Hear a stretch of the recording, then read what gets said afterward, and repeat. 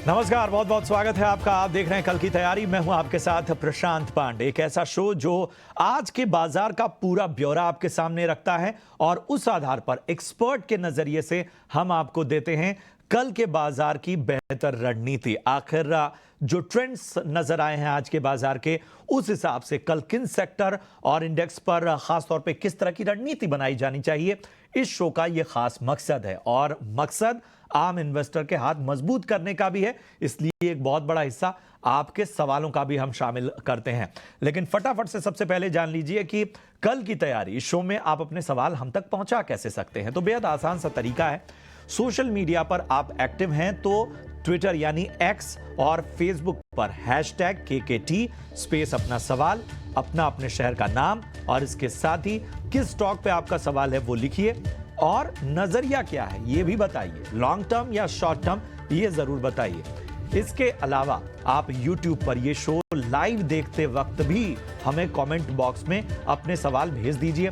अगर उन सवालों को हम आज नहीं शामिल कर पाए तो कल के शो में शामिल करते हैं। हमारी कोशिश यही है ज्यादा से ज्यादा सवालों को शामिल करना, लेकिन एक नियत समय है। इस आधे घंटे में ही हमको उन सवालों को लेना है, तो कई बार सवाल छूट जाते हैं, उसके लिए हम माफी आपसे चाहेंगे, लेकिन कोशिश यही है कि ज्यादा से ज्यादा सवाल हम लें।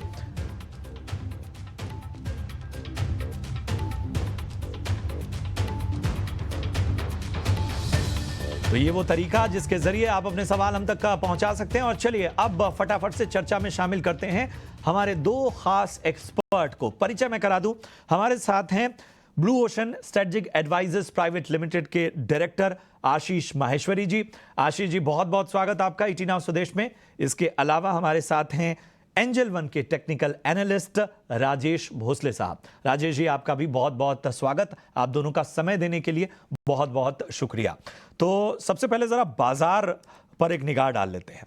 क्या शानदार ट्रेंड्स बाजार ने दिखाए हैं। कल हमने देखा कि एक मुनाफा वसूली जरूर देखी गई, और कल भी जब हम चर्चा कर रहे थे तो आपको याद होगा यही बात थी कि यह मुनाफा वसूली एक्सपेक्टेड है, लेकिन बाजार शायद बड़े लक्ष्यों की ओर देख रहा है, क्योंकि मूड और माहौल यह कहता है कि कहीं से कोई नेगेटिव इंपैक्ट बाजार पे नहीं है। हां, कुछ खबरों की वजह से कुछ स्टॉक्स ऊपर नीचे हो जाते हैं, लेकिन फिलहाल अगर हम इंडेक्स के लेवल को देखें, बाजार के पूरे समीकरण को देखें, तो इसे हमें मानना होगा कि फिलहाल कोई चीज डेंट नहीं पहुंचा रही है। तो यहां से बाजार ऊपर की ओर ही जाएगा, और हुआ भी ऐसा। 24,300 के करीब जाकर आज बाजार सेटल हुआ। निफ्टी में सेंसेक्स देखिए 80,000 का जो स्तर है वो कोई सामान्य स्तर नहीं है, और सेंसेक्स का इसे छूना अपने आप में ये बताता है कि बाजार कितने ऑप्टिमिस्टिक वे में आगे बढ़ रहा है।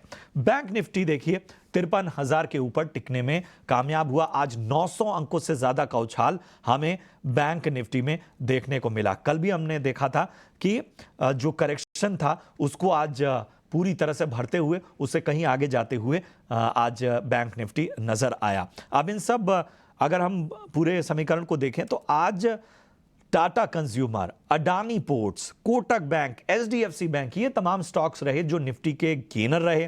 TCS, Titan, Reliance, Tata Motors ये निफ्टी के लूजर्स में शामिल रहे। एडवांस डिक्लाइन रेशियो की जो तस्वीर है वो तो कुछ अलग ही कहानी बयां करती है। लगभग 1600 स्टॉक, अगर मैं स्पेसिफिक आंकड़ा दूं तो 1593 स्टॉक ऐसे थे जो कि हरे निशान में सेटल होकर बंद हुए। 879 ये शेयर थे जो कि आज दबाव जिन पर हमें नजर आया। लेकिन जो दबाव भी हमने देखा वो बहुत ऐसा दबाव नहीं था कि जो बड़ी चिंता की बात थी, और यही वजह है कि अब बाजार में कल के लिहाज से रणनीति बेहद आवश्यक हो जाती है। राजेश जी, मैं आपके पास आना चाहूंगा। टेक्निकली जरा बताइए, 24,300 कोई सामान्य बात नहीं है, और चूंकि ये जो पूरा जो यात्रा है निफ्टी की जो हम देख रहे हैं पिछले 6-8 महीने से, ये यात्रा बड़ी मतलब कहते हैं ना एग्रेसिव यात्रा है, और यहां पर फिर जाहिर सी बात है आम इन्वेस्टर के मन में एक कॉशियस अप्रोच भी आ जाता है, थोड़ी सी चिंता भी आ जाती है, थोड़ा वो चौकन्ना भी हो जाता है। आपका नजरिया क्या कहता है? नमस्कार और बहुत बहुत धन्यवाद आपके इस शो में बुलाने के लिए। डेफिनेटली माहौल तो काफी बढ़िया है। कोई भी डिप जो है, डिप में बाइंग देखने को मिल रही है। और जैसे आपने बताया मार्केट ओवरबॉट भी है, तो कहीं ना कहीं ट्रेडर्स भी थोड़े से कॉशियस है। बट रणनीति आगे जाके भी यही होगी कि कोई भी डिप मिलता है तो डिप में बाइंग करते रहिए। आगे भी हायर साइड के लेवल्स है जो इलेक्शन रिजल्ट के दिन पे जो पैनिक फॉल आया था उसका जो टारगेट आ रहा है वो टुवर्ड्स 24,600 24,700 के आसपास है। तो कोई भी डिप आता है तो डिप में बाय करें। अभी जो बेस है वो थोड़ा सा आगे शिफ्ट हुआ है 24,000 और 24,100 के आसपास अभी काफी अच्छा बेस बन रहा है। तो यहाँ पे कोई भी डिप आती है तो डिप में बाइंग की ही सलाह होगी टुवर्ड्स द बजट। तो कोई भी डिप आ रहा है तो आपको खरीदारी दिख रही है और ये इशारा कर रहा है कि आपको भी इसी रणनीति पर चलना चाहिए। बाजार फिलहाल सकारात्मक है, किसी तरह की कोई चिंता की बात नहीं है, लेकिन जाहिर सी बात है, जैसा मैंने कहा कि आम इन्वेस्टर के मन में थोड़ी बहुत शंकाएं तो बढ़ी जाती हैं जब इस तरह से वैल्यूएशन बढ़ जाते हैं। चलिए फटाफट से कुछ सवालों को मैं शामिल करता हूं। यूट्यूब पर बहुत सारे सवाल आपके आए हुए हैं और पहला सवाल जो है वो विवेक का है। पूना वाला फिनकॉर्प पे राय जानना चाहते हैं विवेक का। इनकी खरीदारी का स्तर मैं बता दूं 485 के स्तर पे इन्होंने बाय किया है पूना वाला फिनकॉर्प। नुकसान यहां पर झेल रहे हैं आशीष जी।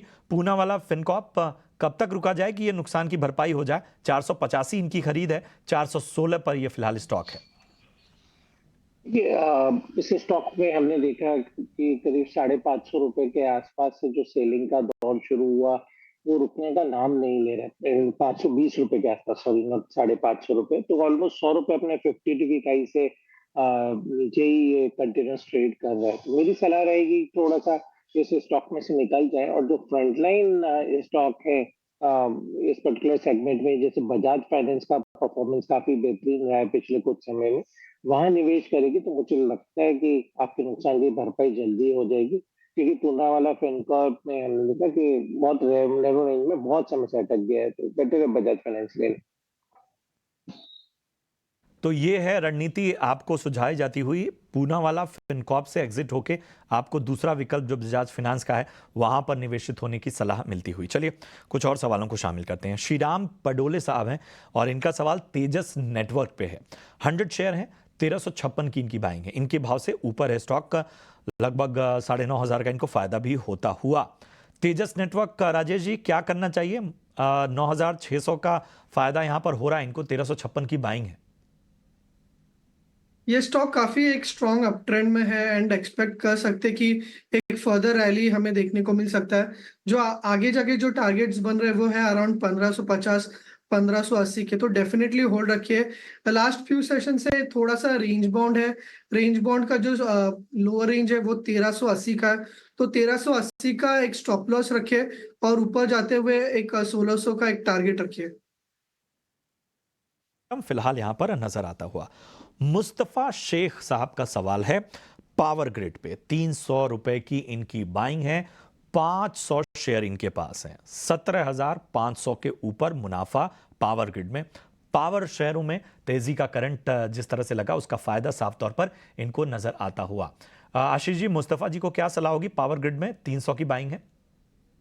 मुझे लगता है एक बार प्रॉफिट बुक कर लेना चाहिए और इसके साथ में बुक करके आप जो पावर फाइनेंस कंपनियां हैं वहां पर निवेश कर दे, तो चाहे इरीडा हो या पीएफसी आरईसी में से इन तीनों स्टॉक में से कोई भी आप पिक कर लीजिए। क्योंकि मुझे लगता है कि इस बजट में कुछ अनाउंसमेंट बिल्कुल रिन्यूएबल एनर्जी फाइनेंसिंग के ऊपर आप उम्मीद कर सकते हैं, तो जिसका बेनिफिट इन तीनों कंपनियों को मिलने वाला है। तो कोई भी स्टॉक आप इन तीनों में से ले लीजिए।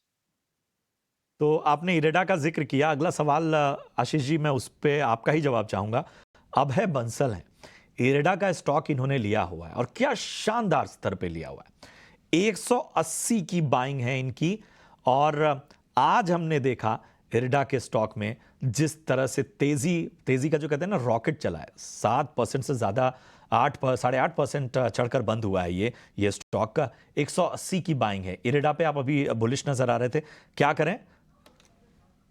मैं इरिडा पे बुलिश हूँ और मेरा मानना है कि जो आगे जाके रिन्यूअल की जो मेजर फंडिंग का जो सरकार का एक टारगेट है कि हर घर में सोलर पावर होना चाहिए, उसका एक नोडल जो एजेंसी है वो इरिडा ही। और अभी तो इनफैक्ट जो इलेक्ट्रिफिकेशन हुआ है घरों का वो 1% भी नहीं है इंडिया में। तो मुझे लगता है बहुत बड़ा फ्यूचर है।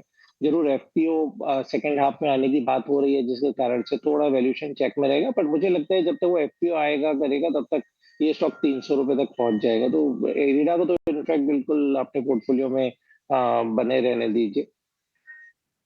इरेडा को अपने पोर्टफोलियो में बनाकर रखिए और यहां से और ज्यादा आपको मुनाफा हो सकता है। चलिए अगले जो दर्शक हैं, हरीश नाम है उनका, और इनका सवाल स्टील अथॉरिटी ऑफ इंडिया पे, सेल पे ये इनका सवाल है। 167 की इनकी बाइंग है राजेश जी, 200 शेयर हैं, नुकसान झेल रहे हैं। हालांकि आज हमने देखा कि सेल के स्टॉक में अच्छी तेजी नजर आई, लगभग 3.5% के करीब ये बंद हुआ। क्या करना चाहिए? तो देखिए लास्ट 1 मंथ में थोड़े से मेटल काउंटर्स और स्टील अथॉरिटी में थोड़ा सा एक प्रॉफिट बुकिंग और थोड़ा सा सेलिंग प्रेशर देखने को मिल रहा है।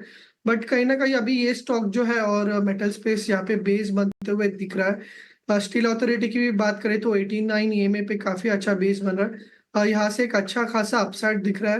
होल्ड बने रही है, एक्सपेक्ट करें कि यहाँ से 165 टू 168 एक्सपेक्ट कर सकता है। जो रिसेंट लो है अराउंड 141 का, तो वो एक नियर टर्म में एक स्टॉप लॉस रख सकते हैं। ठीक है, तो ये है नजरिया, बने रहने की फिलहाल सलाह। एक बीच में जिस तरह का दबाव था उसको तोड़ा है स्टॉक ने, तो यहां पर थोड़ा और वेट कीजिए। चलिए अगले हमारे जो दर्शक हैं उनका नाम है विपुल, और कैनरा बैंक पे इनका सवाल है। 120 रुपए की इनकी बाइंग है, 1000 शेयर है। नुकसान यहाँ पर जाहिर सी होता हुआ, शेयर की संख्या थोड़ी ज़्यादा है इसलिए नुकसान हमें दिख रहा है। अदरवाइज अगर देखें तो फिलहाल 117 के भाव पे कैनरा बैंक है और अपवर्ड ट्रेंड सी दिखा रहा है। आशीष जी, 120 की बाइंग 117 पे अभी चल रहा है कैनरा बैंक का, क्या करना चाहिए विपुल को? देखिए मेरा मानना है 50 वीक हाई से सिर्फ 10 रुपए नीचे ही है यदि देखा जाए तो केनरा बैंक। तो कोई ऐसा नहीं है कि कोई बैंक अंडर परफॉर्मेंस दिया है, अपने बुक वैल्यू पे भी मिल रहा है, तो वहाँ पे वैल्यूएशन भी कंफर्ट देते हैं। नंबर्स वाइज यदि हमें नजर डालूं तो थोड़े से एक दो क्वार्टर से स्टैटिक नंबर जरूर रहे, कोई बहुत ज्यादा ग्रोथ देखने को नहीं मिला है। बट मेरा मानना है कि अब आने वाले समय में बिल्कुल आप देखेंगे कि जो पीएसयू बैंकिंग स्टॉक जिन्होंने थोड़ा अंडर परफॉर्म किया है वो अब परफॉर्म करना शुरू करेंगे, क्योंकि जो एचडीएफसी बैंक में जिस हिसाब से एफआईज की बाइंग आ रही है, आप देखेंगे ओवरऑल बैंकिंग सेक्टर में थोड़ा पॉजिटिव सेंटीमेंट बिल्टअप और हो जाएगा उससे। और हम देख भी रहे हैं कि बैंक निफ्टी का जो लेवल है ऑलमोस्ट अपने 52 हाई पर पहुंच गया है। तो कब तक ये बैंक्स नहीं चलेंगे, इनका भी नंबर आने ही वाला है। तो मेरी सलाह रहेगी कि बने रहे कैनरा बैंक में। 128 130 का लक्ष्य रहेगा अगले 3 महीने में। तो ये सलाह कैनरा बैंक में बने रहिए, कोई खास चिंता की बात नहीं है। आगे आपके लेवल्स भी आएंगे और उससे ऊपर भी ये स्टॉक जा सकता है। चलिए बढ़ते हैं आगे। संजीत कुमार का सवाल लेते हैं, यूट्यूब पर इन्होंने भी अपना सवाल हम तक का पहुंचाया हुआ है। मॉयल का शेयर इन्होंने लिया है 550 के भाव पे और थोड़ा ऊपरी स्तरों पे खरीदारी है, लेकिन मॉयल को अगर हम आज देखें तो जो पहली तिमाही है उसमें अच्छे बिजनेस अपडेट का इंपैक्ट आज स्टॉक पे नजर आया, और एक वक्त ऐसा था ये स्टॉक 7% तक भागा था, सेटल हुआ 6.5% के करीब। तिमाही आधार पर रिकॉर्ड उत्पादन हुआ है और 8% जो है वो प्रोडक्शन बढ़ी है, और उसका इंपैक्ट इस बिजनेस अपडेट में नजर आया, उसका असर स्टॉक पे भी देखने को मिला। फिर भी 522 का भाव है, 550 के भाव से नीचे है, लेकिन क्या ये जो एक ट्रिगर मिला है ये आगे इनके भाव तक पहुंचा सकता है? राजेश जी, मॉयल का शेयर जरा बताइए क्या करना चाहिए, 550 की बाइंग है। ये सवाल जी मुझसे था। राजेश जी, आपसे आपसे तो देखिए डेफिनेटली आज काफी अच्छा ट्रैक्शन देखने को मिला है स्टॉक में, और एक बुलिश गैप देखने को मिला है। तो एक्सपेक्ट कर सकते हैं कि यहाँ से जो नियर टर्म रिसेंट हाई से टुवर्ड्स 555 560 वो रिटेस्ट करते हुए देख सकते हैं। लास्ट 2 महीने से 550 560 एक सेलिंग जोन बना है, तो वहां पे थोड़ा सा वॉचफुल रहना पड़ेगा।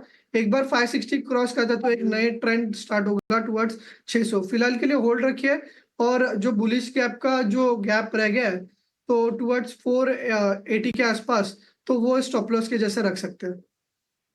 ठीक है, तो यहां पर आपको बने रहने की सलाह, स्टॉप लॉस भी सुझाया गया। प्रभाकर हैं हमारे अगले दर्शक, मुंबई से, इन्होंने अपना सवाल हम तक यूट्यूब पर पहुंचाया है। कॉनकॉर्ड पर राय जाना चाहते हैं। मैं एक बार फिर दोहरा दूं, कॉनकॉर्ड बायोटेक लिमिटेड। जी हां, कॉनकॉर्ड बायो पे इनका सवाल है।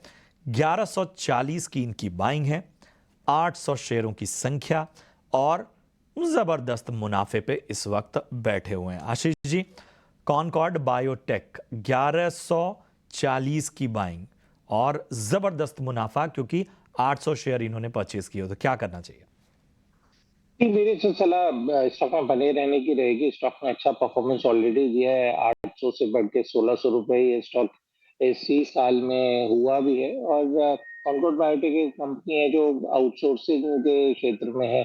जो बड़ी फार्मा कंपनियां हैं वो इनके थ्रू अपनी ड्रग्स बनवाते हैं। तो फंडामेंटल्स भी अच्छे हैं। हमने देखा लास्ट क्वार्टर में भी मुनाफा करीब 20-25 करोड़ से बढ़ा था, शायद 70 से 95 करोड़ के आसपास हुआ था। तो कंपनी अच्छा परफॉर्म कर रही है। और मुझे लगता है जो एमक्योर हेल्थ केयर का आईपीओ है उसके बाद एक पूरे सेक्टर में थोड़ा सा और बाइंग का रुझान बिल्टअप हो रहा है। तो मेरी सलाह रहेगी 1700 तक एटलीस्ट स्टॉक को आप होल्ड करिए, उसके बाद आप निकल सकते हैं।